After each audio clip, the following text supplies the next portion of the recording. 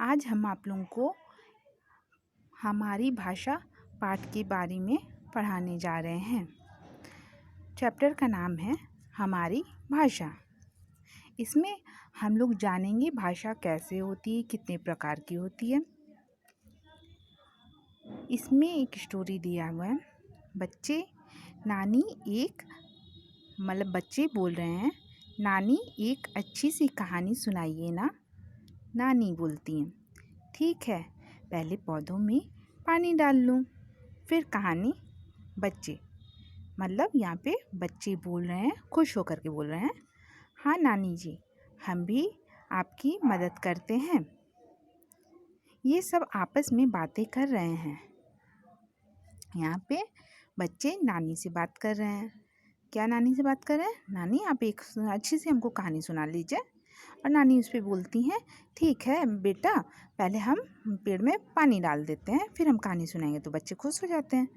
फिर वो बोलते हैं, हाँ नानी जी, हम भी आपकी मदद करते हैं। तो ये सब क्या है? ये सब भाषा है जिससे बच्चे और नानी आपस में बात कर रहे हैं। ये सब आपस में बातें कर रहे हैं। ये हिंदी भाषा में बात कर रहे हैं। किस भाषा में बात कर रहे हैं ये सब? इंग्लिश में, हिंदी में, उर्दू में, किस में? हिंदी में। हाँ, तो इसे हिंदी भाषा में ये हिंदी भाषा में बात करें और इसे कहते हैं हिंदी भाषा। हम लोग अलग अलग भाषाओं में बात करते हैं। हम अपनी बात दो तरह से कर सकते हैं, बोलकर, लिखकर। जब हम बोलते हैं तो दूसरे सुनते हैं। जब हम लिखकर कुछ बताते हैं तो दूसरे पढ़कर हमारी भाषा समझते हैं। जब हम लोग कुछ बोलते हैं तो बोल करके सुनना और सुन करके समझना को हम लोग मौखिक भाषा कहते हैं। और जब हम लोग लिखते हैं तो दूसरा पढ़ के ही समझेगा और उसको हम लोग लिखित भाषा कहते हैं। अब इसमें एक्सरसाइज दिया है। जब हम बोलते हैं तो दूसरा क्या करता है? देखता है, पढ़ता है, सुनता है। जब हम बोलेंगे तो दूसरा देखेगा तो नहीं, और वो लिखा हुआ चीज़ तो नहीं रहेगा कि पढ़ता है, तो वो सुनता है।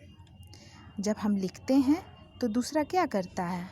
लिखा हुआ को पढ़ेगा तो पढ़ता ही है, सोचेगा तो नहीं लिखते को, और ना सुनेगा। लिखे हुए भाषा को वो पढ़ता है, तो ये लिखित भाषा हो गया। और जब हम बोलते हैं तो दूसरा सुनता है, ये मौखिक भाषा हो गया। हम अपनी बात किस प्रकार से कर सकते हैं? इशारे से, सोचकर। तो हम लोग इशारे से बात करेंगे। नाच कर, बोल कर। तो नाच करके तो भाषा नहीं बोलते हैं, बोल कर करते हैं। लिख कर, खा कर। तो हम लोग लिख कर भाषा करते हैं। अब हम आपको मौखिक भाषा और लिखित भाषा के बारे में बताने जा रहे हैं। पाठ 1, हमारी भाषा। मौखिक भाषा किसे कहते हैं?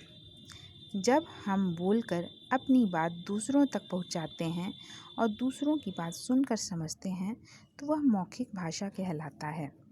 लिखित भाषा किसे कहते हैं?